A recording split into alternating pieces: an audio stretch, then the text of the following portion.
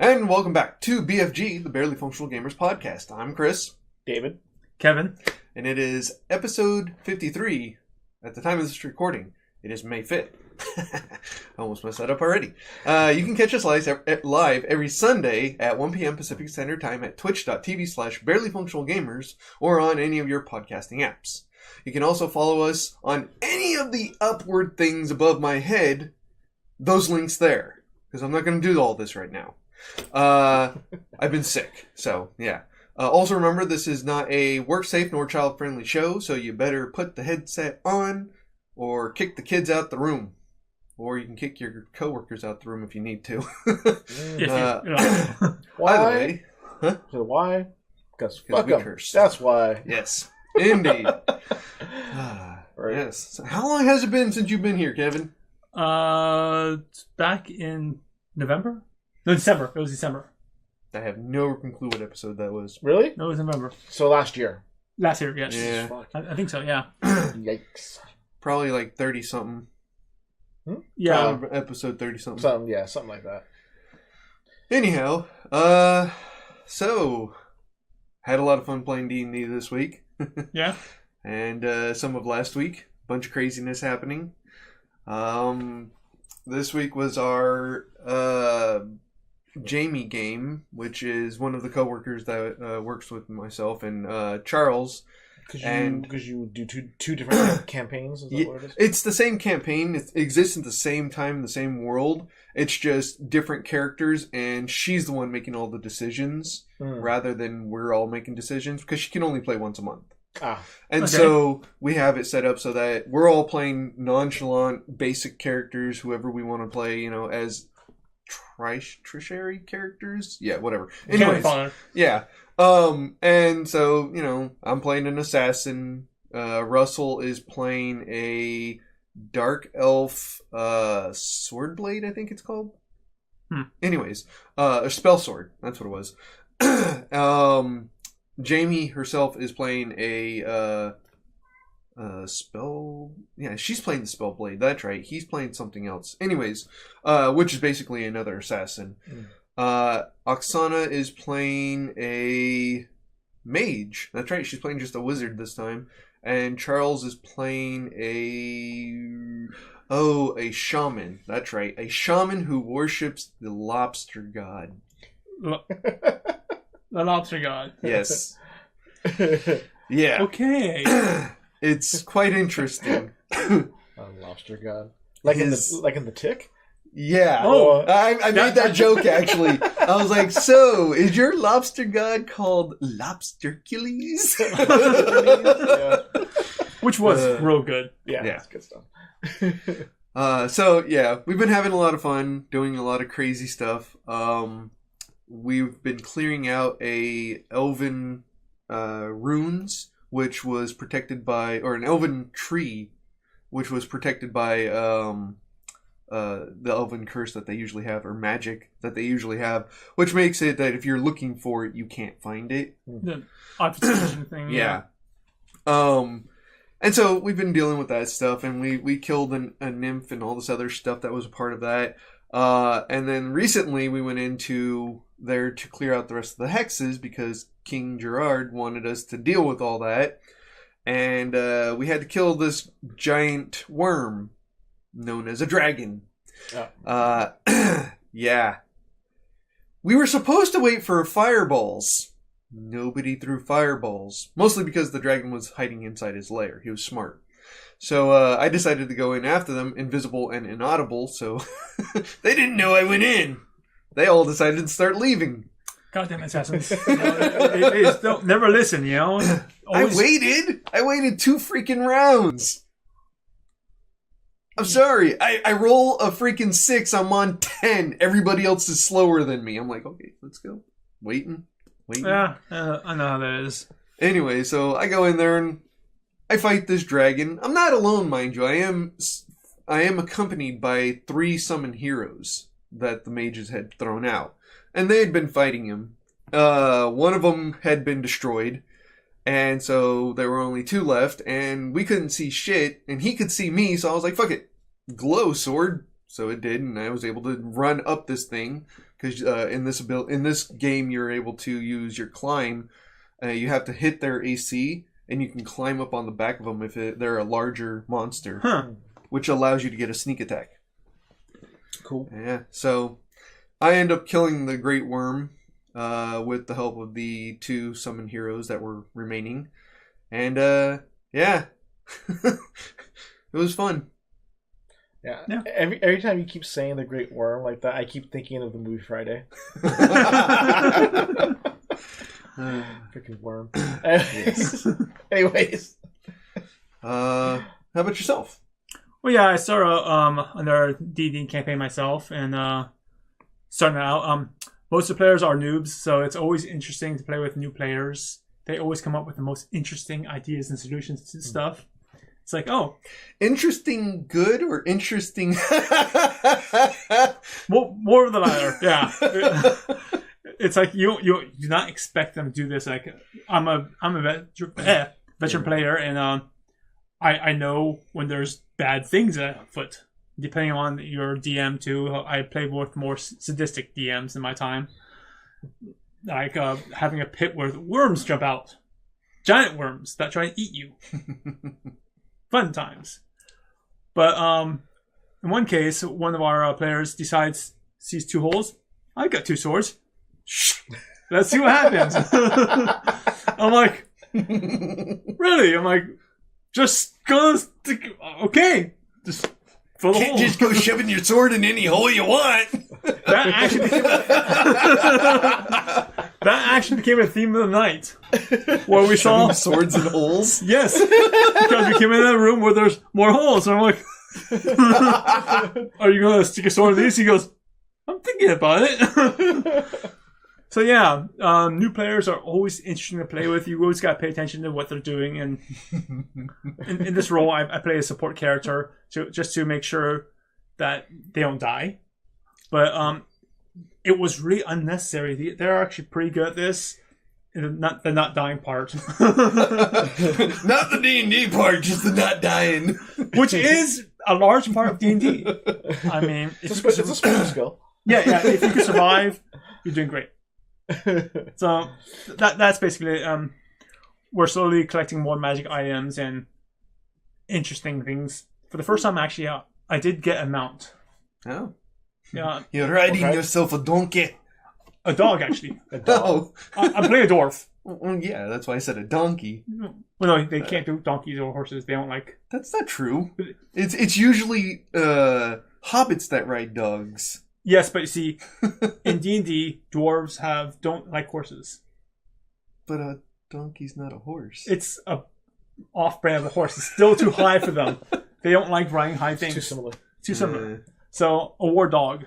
A very large war dog. But, yeah. The first time I ever bought a mount in D&D. Because, that's a... Traversing territories. Yes, and everyone else is getting one. So I'm like, oh, yeah, if everyone else is getting one, to keep up, I have to get one. Because I'll be the lone dwarf running along them. It's going to be... Yeah. That's why you get a wagon. They're too expensive. Isn't a wagon pretty slow, though? Not when you hook it to a horse. But you don't like horses. Well, you just don't like riding them. Don't like riding the horse. I can ride in the wagon, no problem. Yeah. Yeah, but all D&D mythos, Yeah. Because would the dog let you, climb stuff better? Jump and things? Just travel, so I don't have to get tired running alongside with everyone else who has a mount. See, that's why I like Adventure Conquer King, because anybody can ride an animal, but if you go into combat, you actually have to take the riding skill, and it has to be of that animal.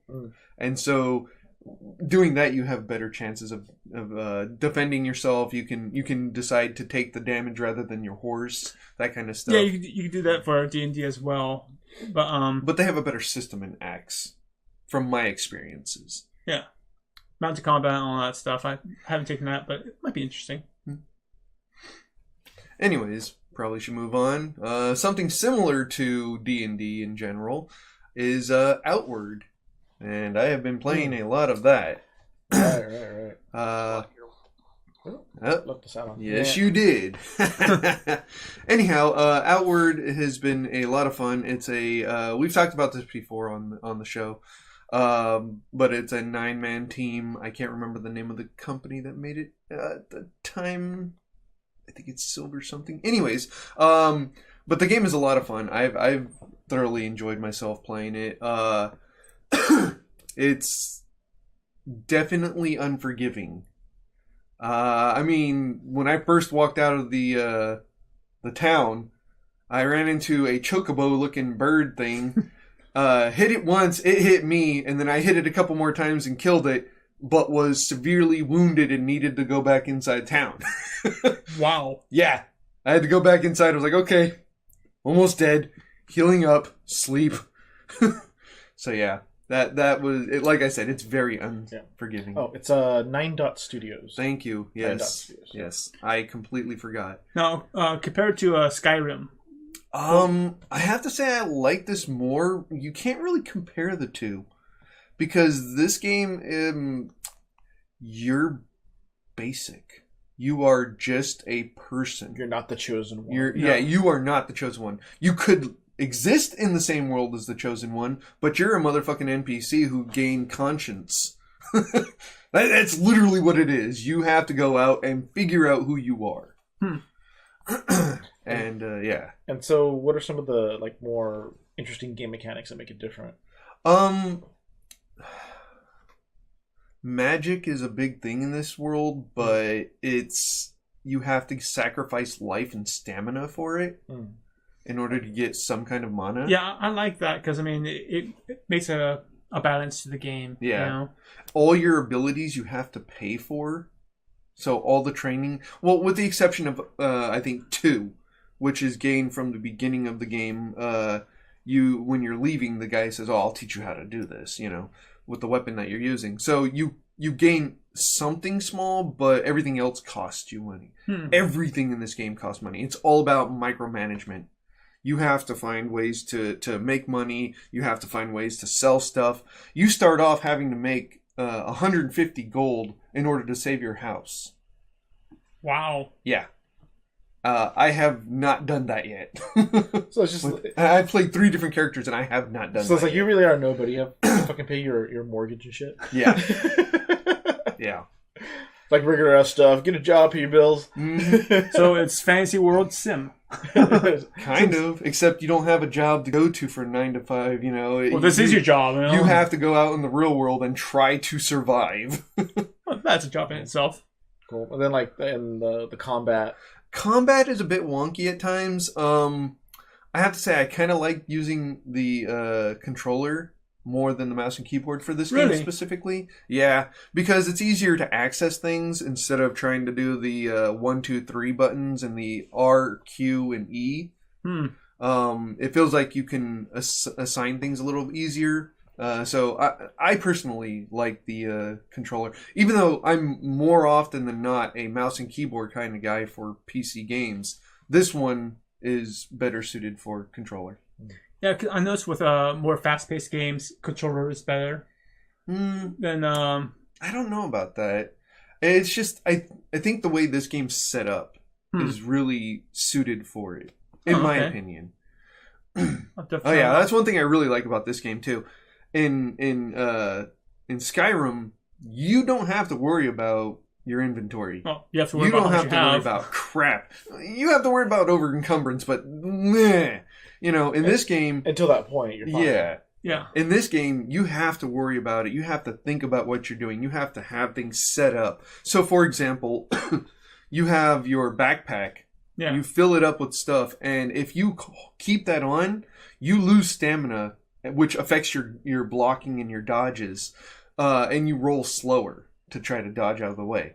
Okay. And so once you drop the backpack, which also takes an action, so an enemy can run up to you and hit you while you're dropping your backpack, but if you have traps on you and you drop your backpack and they're in the bag, you can't use them now. You can't use any of your healing potions or your kits or anything unless it's on you. So there's some intriguing situation as I break that guy's back. There's some intriguing situations that come up, and I've killed 3 or 4 guys setting up 5 traps in a row and having them run at me. I was like, "Fuck you guys, come get it!" They come running across and die. Die. You know, but you have to be strategic, and it costs you resource to make those traps. You know, everything's very. The world is very financially based. I was gonna say it's just very unforgiving. The best thing I can say about it is unforgiving. I've been playing a couple times by myself. I'll be sitting there and fuck, you gotta be fucking kidding me, you know, because I die. It's just like, what the fuck? I was like, I was prepping to fucking use a potion to heal myself because I died the first time, and I'm sitting there in the dark, not doing anything. I didn't even move. And I was like, okay, well, I'm going to drink this potion because in the fight previous to this, I was fighting these two guys and I killed them. And as I killed the last guy, these two boar crystal-like creatures come running up out of nowhere off on the side of me and attack me. And I'm like, oh, fuck, I can't do anything. I'm trying to get away. I'm barely alive. So I died. I wake up in their den and I'm like, okay, don't move. Don't do anything. What button is it to fucking drink a potion? Oh, yeah, it's this button. Oh, look, I'm being attacked. I'm dead. Wow. Motherfuckers! I didn't even make the noise! What's wrong with you? Yeah, so it's rage-inducing at times. I'm pretty sure the upstairs neighbors were going, what the hell? So yeah. Expect a lot of... I'm glad I was playing with the mouse and keyboard at that time, because I probably would have thrown a controller. And I've seen you throw controllers before, too. It's been a long time. Been a very long time. Thankfully, because I'm running off controllers. Yeah. Just be glad you're not playing Sekiro. Oh. Yeah. That's rage inducing. Yeah. Did you play? Have you played it at all? I've heard it, never played it. Oh, okay. Yeah, it's I've heard it. People get mad at it. Yeah. Yeah. I got so busy at work, I haven't been able to play it, but I am playing it though. What have you been playing this week? Just Space Engineers. More Space Engineers. More Space Engineers. Yeah. Just I get home. I get home like super fucking late at night. It's just like, okay, I'm gonna like work on something for like an hour or something and go to bed. Yeah. I've been sick, so I haven't been able to play much of anything. Yeah. It's like I don't want to come in here and make a bunch of noise and stuff, so I'll just on the computer, headphones on, play Space Engineers. It's a very chill game, you know. It is because it's like I don't. Even though you can put a lot of thought into everything, it just kind of you don't have to. No. It's like it's just like I'm just gonna go mine resources right now. It's like I'm tired and I'm just gonna like do something productive. I'm just gonna take my ship that I've already built and go mine some shit, bring it back, and then next time I play, I have resources to use. Yeah, but it's a very focusing game. It's just like calms you down. It does. Yeah. It does. So it is kind of relaxing. Yeah. I've got like 14,000 hours or 1,400 hours in the game already. Good God. Well, it's been over how many years though? Oh yeah, since it came out. Well, they're still building on it, aren't they? It's out of beta now. Yeah, it's out of beta. It's out of beta. But of course they're adding to it. But yeah, they're still adding to it, and the DLC pack is pretty nice. Yeah, some nice items in there. And I have to say they paid attention to people because remember before it was the DLC stuff would end up in the game, so the stuff that you paid for would be in the game if somebody else was playing with you, but they couldn't access it, they couldn't mess with it, they couldn't build it. They listened to the players and excuse me, the community said it doesn't make sense that you can't use it.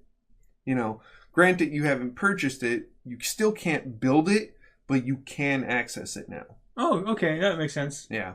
So I have to say Keen Software does listen, and I'm very happy about the fact that they're keeping their ears to the ground about what's going on in this. Yeah, it's because it's a very, very community-driven game. Oh yeah. Oh, with all the mods they make too. I mean, there's tons of mods out there that are real fantastic. Oh yeah, I mean that's what keeps the game going. Is all these like people that they make mods and everybody wants to keep like just sharing all the shit that they build. Yeah. Big part. What have you done this week? This week, not much. I came back from Vegas and all that stuff. Not much. I just went to Vegas. Just a small trip down there, that's all. Did a couple interesting things there, though. Went to a place called Axe Hole. Yeah, I know. Nice. But we just throw axes and different weapons. So, like, I've thrown stars before. Never throw an actual axe. A hatchet, that's the closest thing. A spear, which they have there too. Nice. metal cards. Let me see. I've thrown a lot of crap. But there's one thing that they do have that I've never thrown before and never knew you can throw. A shovel. Oh. Just a shovel head that's sharpened and you throw it in there. They actually fly really well. Really? Better than axes, in my opinion. And, well, at first I could not get the hang of it. Because I'm used to throwing knives, which are a lot lighter, and you have to use a different momentum and all. You have to calculate for the turn and spin. Axe, no, you just throw it, it flies. So, and don't use your wrist. It's more of a arm motion. Yeah, it's more arm motion, and you have to put a lot more strength into it too. And another thing is, I went to The Void, which is a VR simulation. Nice. It was Star Trek. Star Wars. Sorry. Star Wars. I know. I was thinking of something else. I'll give my nerd card later. But you dress as a stormtrooper and you go off and fight other stormtroopers. You actually dress up as a stormtrooper? You just have to buy stuff, but you look the visual overlay, the skin over you. It's pretty good because it has finger recognition too. Oh, nice! So you can go like this and your hands will wear gloves. No. The haptics. You can just see yourself doing it, and it can recognize other people's hand too. Oh, nice. So it's pretty cool. Cool. And the whole thing is built in this room where you go through different doors and all stuff, and they actually have buttons where you can press to open a door. And so there's actually a physical button that you're pressing that you're visualizing in the VR. It's also overlay. Yeah. Nice. Also, there's a point where you're on the platform, and of course, in this world, there's no barriers, there's no rails. It's just all free form that you can fall off. So you're saying overlay? Is it VR or AR? VR. VR. Okay. Totally immersive. But if it's VR, it has a real world buttons that you walk around into this. So they have an actual multi-room area that you're playing in. Yes. But everything's overlaid with the world that you're looking at. So that's AR, isn't it? But AR is more you see the real world. So are you keep saying? We keep saying overlay. Well, so are you seeing the real? Are you seeing the actual world with other graphics superimposed on top of it, or is it a completely VR? Completely VR. Okay, so completely 3D generated world that you see. Yes. Okay. It just happens the point where you're touching happens to be an actual button in the real world that also opens. Well, then how do you see your hands moving? The optics have facial finger recognition, so you actually see your hands when you move like this. Has cameras in front of the goggles. Because the for the Xbox, the camera. I can't even remember what the name of what it's called now. The freaking camera thing they had for the Xbox. I know what you're talking about. Yeah. But that had sensors, and it could tell how your limbs were moving, and the facial expressions and stuff. So it's not a huge stretch to think they have a setup that can actually see hand movements and stuff. But to have it the scope of having it multi-room, multi-people too, multi-people with interactive physical props that are visualized in that 3D world, it's pretty cool. Well, they went a step further too, because there's one point, like I said, you're on a platform and there's lava below you. You actually feel heat coming at you, and you smell sulfur. They pump sulfur in, that's so it's like I felt dizzy. Oh, don't get too close to the edge. I'm like, wait a minute, this isn't real, but still, you feel that vertigo, like a elevator shift. I'm like, okay, I'm going to step away from that because it has no railing. Because in the whole world of Star Wars, there's no railings everywhere. Yeah, right. It's like, okay, well, shit. Okay, there's a small platform you have to go across. You go across it, and they have a sensor pads when you get hit, you get shot. You feel it vibrate, so you can feel the shot too. That's cool. Cool. So yeah, it just totally immersive. That's dope because we can get VR here in the house, but nowhere near as immersive as what that sounds like. Yeah. Well, because when you wear the vest and all, you're wearing a mini computer on your back, so it's doing all the work and syncing up with everyone else. So it's really good, and you also get a gun too, and you can feel the gun, and it shoots. It has the double trigger firing system. Now I wish you had some footage of this. It would have been real bad because they don't. You can't record what's inside. Well, they don't have a recording for themselves. No, they don't record you doing all that. No, kind of surprising. You can pay for a video shot of you in the gear, but that's about it. Okay. Oh, too bad. I know. Yeah, I would have really done that, but it's really nice because there's a whole bunch of things you have solve a small puzzle and all to get by. And how much did it cost to do that? About $40. $40. And how long did you get to play? 15, 20 minutes. Oh, yeah. I mean, for such an immersive experience, it sounds pretty good. Yeah, you can take a team of 4 down there. That's what we did. Okay, $40 each. $40 each? Yeah. So that's pretty cool. Yeah. Yeah, I mean, you're a troop of rebels, and you're infiltrating the Empire, and you have to kill the Empires, and you do see Vader. So that was pretty cool. Nice. Very nice. Yeah. Cool. Well, I guess sticking with the Star Wars theme. Never gonna hear anything of that one. No, you won't. Don't be worried. You're not gonna get punched off camera or nothing. No, not at all. As most of you probably already know, yesterday was May 4th. So, yes, Revenge of the 5th. And we have to give a shout out to Peter Mayhew, the guy who voiced and played Chewbacca. Passed away in April. Only recently have they started mentioning about that. But yes, poor Chewie is no longer with us. Yeah. It sucks that happened, though. You know, I mean, it's good that he was getting somebody to, you know, pass on the torch. Pass on the torch, if you will. Yeah. But it just sucks that we keep losing people. You know, it's life. Yeah. But, man. Yeah. Yeah. It's nice that they had brought him back though for the newest Star Wars, and even though he couldn't do like the entire thing, that he would swap out with the other dude that he's been training. Yeah. It was nice to have him be a part of it again. Yeah. No, 100%. And you know, I don't know how they plan to do it, but I'm kind of not looking forward to Chewie dying. I think that will probably be the most sad one for me. Well, they may not kill him. I mean, they don't have to. They have another actor. I understand that, but I'm just saying, you know, it's kind of a thing of, because my understanding is this is supposed to be the last of this storyline, this story arc. So if they don't kill him, then how are they going to end all of this stuff? Life off like the senator or something like that, or I mean, there's specific characters that are going to be around for a long time. Not everyone has to follow the way upon. I understand that, but I'm saying it just feels like it would be. I don't know. For me, I kind of want it, and I kind of don't. I think it would be more of a heart-wrending thing. Well, you think you'll further the story, but at the same time, you don't want to see it. Yes, exactly. And so I am hoping that they do such. You know, they kind of pull that direction. I can see it, but I mean, that would be kind of hard to see. Because I mean, well, he's with his friend Han, you know. Yep, both of his friends. Oh, actually, no, because Luke's dead too.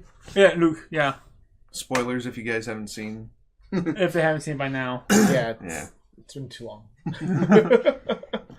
Well, if you care about a spoiler, you've probably already seen it by now. Yes. Yeah. Jesus. All right. So yeah, just a little shout out. You know. Sonic. God. Speaking of deaths. No shit. Indeed. Man. Holy fuck, man. So, if y'all haven't seen that Sonic trailer, it's just fucking frightening.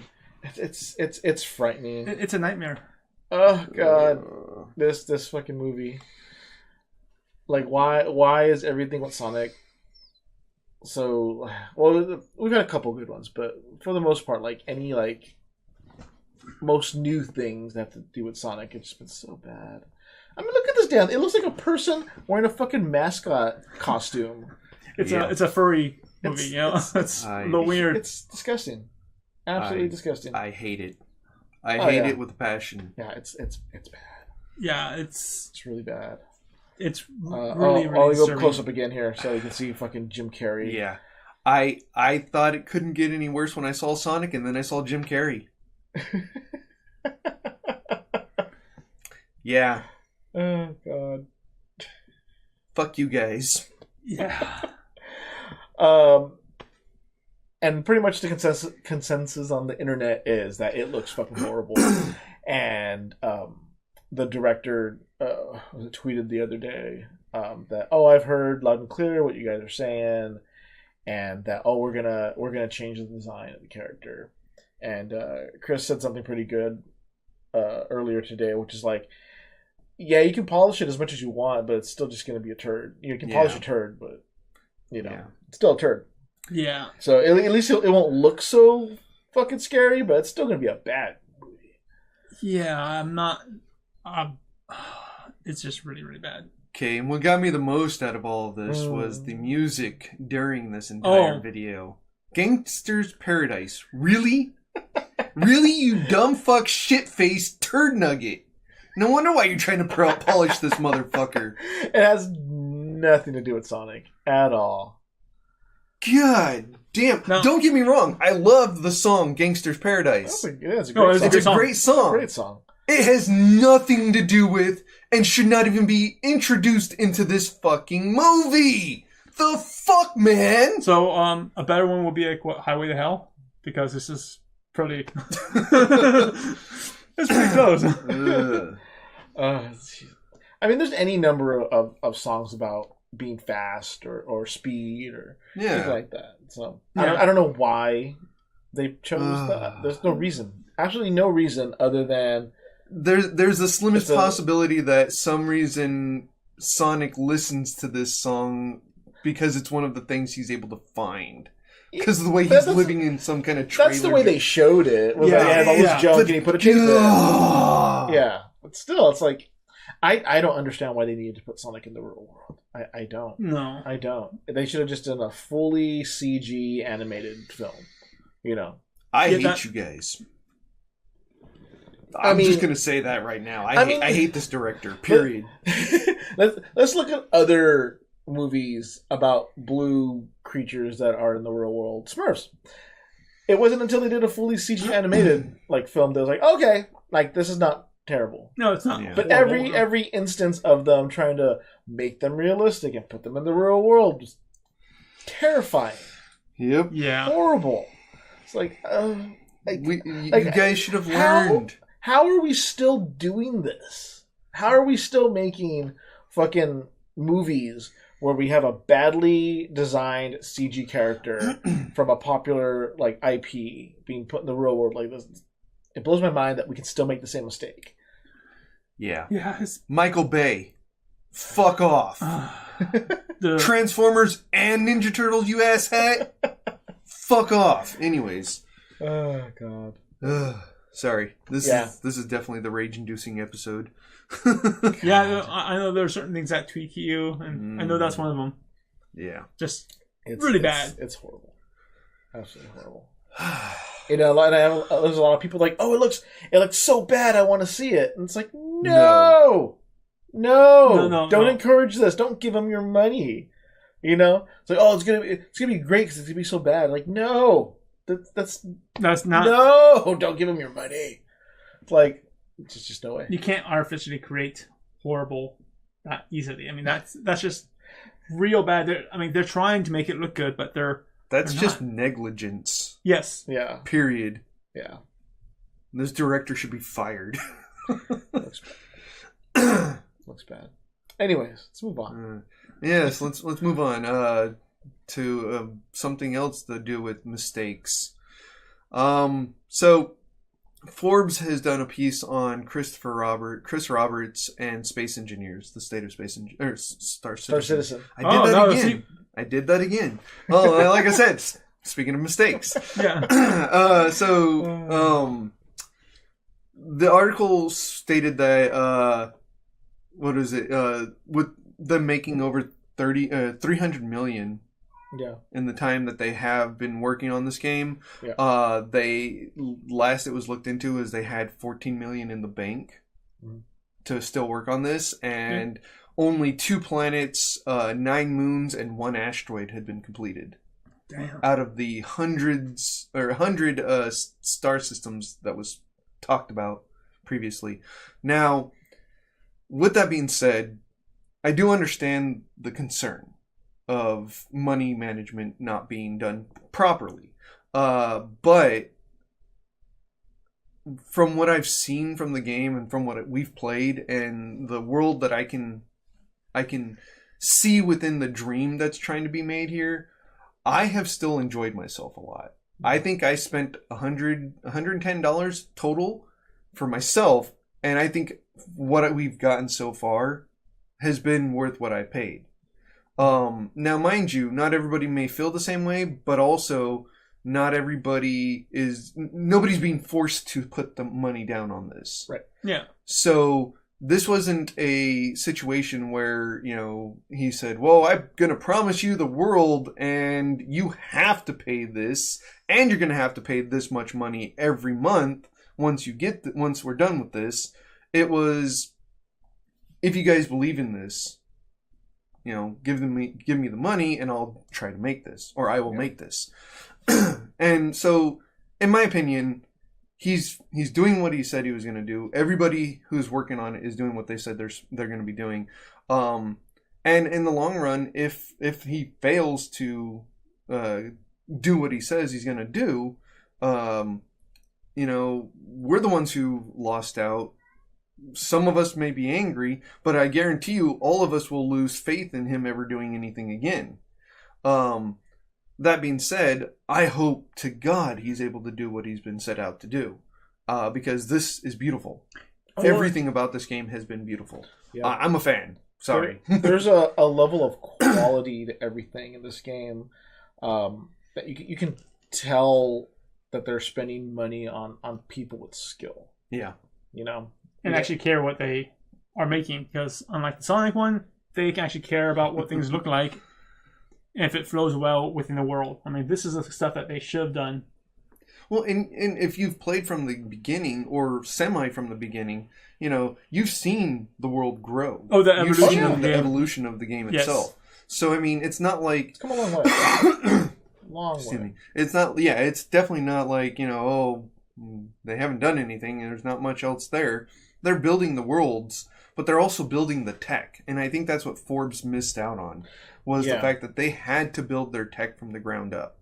Yeah, that's what takes the R&D part is what takes the longest. Yeah. And especially that we saw a little more recently, where they have like that kind of like Coruscant, where it's a planet that's a city, and the tech to create that didn't exist before. No, yeah. And they made it. It's out and it's out now, and it looks fantastic. And that's the whole thing. Is like now that they built tools to help themselves work and get things done, they can finish building things faster. Yeah. It's like it's getting the first instances of something that takes the longest. Well, and on top of all of that, they have finished the first. What is it? The first episode of Squadron 42. 42? Yeah, I think it's 42. Okay. Squadron 42, which is a standalone game that goes along with this, and they're going to have, I think, a 3-parter of it. I think it was 3 parts is what they said. But they're doing that on top of doing this MMO. So I mean, there's a lot of things going on that they're building, they're working out, they're getting done, and it's going to cost them money. And they've had situations where they've had people trying to, who was it? Crap, I can't think of it. The engine that they had before the one they're working with now. Oh, they were working with was it Crytek? Yeah, yes, Crytek. Yeah, they had the whole situation with Crytek that happened where they had to go, to court and things of that nature. So of course that costs money too. Yeah, they have to. They're working through all the situations that they've been in, and sure, they've been working on it since what 2012. I want to say it was like 2012 or 2011. Anyways, they've been working on it for quite a while now. It's costing money. It takes time. It's what it's supposed to be. At least from my point of view, I'm loving the envisioned world that's coming out of this. Oh yeah, yeah. No, like yes, it's gonna take time. Yes, it's gonna take more time. But everything that they've accomplished and shown makes me believe that it's possible to do what they said. It's just gonna take time. Yeah. That's all. Just like for anybody who's a fan of sci-fi and like spaceships, stuff like that, look at any of their like fake advertisements, like in-game advertisements. Yeah. For any of the vehicles, and you will see all the love and dedication that went to designing every single one of these crafts. No, you know, not just that they look cool, but that they have a functionality that they have like different brands within the world that and they all have their own. They have their own style. Yeah. Exactly. Yes. They all have their own style, and so every single like vehicle that comes from a certain manufacturer has this whole thought process of how does this manufacturer build their stuff. Yeah. You know, what is this vehicle's purpose?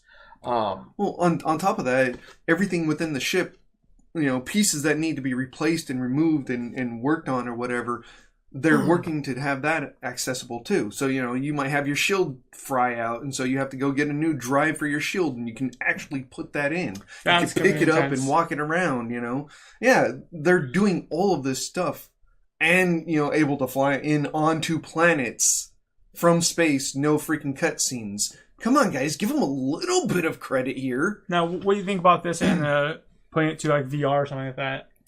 I mean, it would be great if it could far? support VR. Yeah. But I don't want it to be strictly VR. Yeah, because... well, I'm saying for the option to be. Well, VR, I mean, that'd that'd be nice. Yeah, of course. Yeah. Anybody who could afford it would be freaking amazing. Yes, that would be nice. I'm definitely going to go out of my way to buy freaking 2 joysticks, you know, get my whole flight set up, get a nice wide screen. I'm going out of my way with what money I can spend to do that. Yeah. If I had the money to get a VR system, you fucking shitting me? Yeah, of course I would. Yeah, because the level of detail that's in this game will look fucking fantastic in VR. You know, I would love that. Like, if I can make this gorgeous fucking world that they created like more immersive, fuck yeah. Yeah, that would be nice. Without a doubt.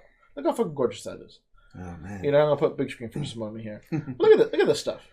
Look at this stuff. Look beautiful. And all that's not just like bullshit cinematics. Like, you can actually like fly around all that stuff, you know? Yeah. It's ridiculous how fucking gorgeous and detailed everything is. Well, even when they first came out with the game in the very beginning, it was still a good game. Yeah. It still looked very nice. It looked beautiful. It crashed a bit, but that was the very beta. That's before that. I mean, not even beta. It's still in alpha, guys. Alpha, that's one thing you got to remember. This is still in alpha. They're working their asses off to do this. They might not have done as much as some people want them to have done, but you got to think they're also adding in new AI and pathfinding for the NPCs that walk around and have their own fucking schedules. That's actually impressive. I like when they do that. Like, they go to their 9 to 5 job, they come home, you know, or they go to the bar after work, they drink until they're ready to go home, and then they go home and they do their whole fucking thing over again. You could literally sit there and become an assassin and go, okay, well, this guy's schedule is this. I'm going to follow him around until Why is the first thing you always go to as assassin? Okay, I'm sorry, bounty hunter. Okay. But I mean, you can go out and hopefully you can kill this NPC. I don't know. They haven't stated that one way or the other. But, you know, it's things that you can actually figure out and strategize because of based off what people are doing. You know, it makes the world more believable and livable. And they're building all this with what little tech and knowledge they have. And that's the great part about it is a Kickstarter. You don't have to worry about some fucking higher up corporate going, look, we got a deadline for this time, this, and we want these in there. Do it now. No, people are taking their time and fans are wanting this shit to happen. That's why we're giving them money, is because this is what we want. And if they're going to take the time to put it out and do that, yeah, I mean, I'm sure they're spending money on shit that they could have saved that money to put on something else, but they need to have a little bit of fun too. I mean, they're not robots. They're not going to be able to fucking do this all the time and not be able to enjoy themselves. Yeah. Then they'll lose faith in what they're doing. Right. You know? Well, like you're saying, when they built the stuff in the ground floor, they can actually sell that tech too. Yeah. And so that's another way to make money, and it's actually a really good business base to start from. Yeah, but I haven't put money into too many things like Kickstarters and stuff. There's only 2 that I've ever given money to. One was this that I bought the game essentially. Yeah. You're welcome. And the other one, he introduced me to it. And it's just like I did it to both of them. And I never put money down on any of these things because it's just like I don't know. I'll just if see how it comes out first. If it happens, then I'll buy it. But then with this, I was like, oh. Like I saw what they were doing, the stuff that they did have completed at the time, I was like wow, this is like quality stuff, like much higher quality than like most like AAA games. Even. Yeah. You know, I'm just like there's a level of love and detail to all the models and the systems and just what they're trying to do that put faith into me that, you know what, I like they're gonna do this. You know, it's gonna take time, but they're gonna do this. And so I went and put money into it. Yeah. You know, and the other one, Shenmue 3. Shenmue 3. That's the other one I put money into. Yeah, that's another detailed game that you can tell that they put a lot of love in that game. Yeah, I mean, I played the originals, so yeah, like it was really there. He did Yu Suzuki did insane amounts of detail and shit, you know. So, but that's but that's all I've ever done, and this is Star Citizen is one of them, you know. Yeah, man, I can't wait for my computer to be done so I can start playing some more Star Citizen. Definitely. I gotta get mine done too. Anywho. All right. Anything else we got? Just one last little thing. So we all want to play Star Wars Jedi Fallen Order. Oh yeah. So the E3, which is in June. Yeah. And also EA doing their own like EA Play thing. They're promising that they're going to show some gameplay. Nice. So I'm looking forward to that in June to see some gameplay. Yeah, it looks like it's gonna be cool. I'm going to be trying to take time off during those 3 days of EA, so that at E3? least E3. You meant what I knew. Yeah, I'm trying to take time off for that, so that at least I can be here for live reaction to what happens and what's released. Now, do they have an online pass as well? Oh, I don't know. What, EA's? EA's on? No, I don't. EA's or E3, one of those two. Because I know Blizzard does an online pass. You can go to watch all the panels online right away. So if they have the same thing, would you do it? Depending on how much it is. Yeah, it really depends on how much it is. Yeah. Because, you know, if that's the case, I mean, we could always watch it later that night. Because everybody's always got it up on YouTube already. Yeah. Yeah, it's everywhere.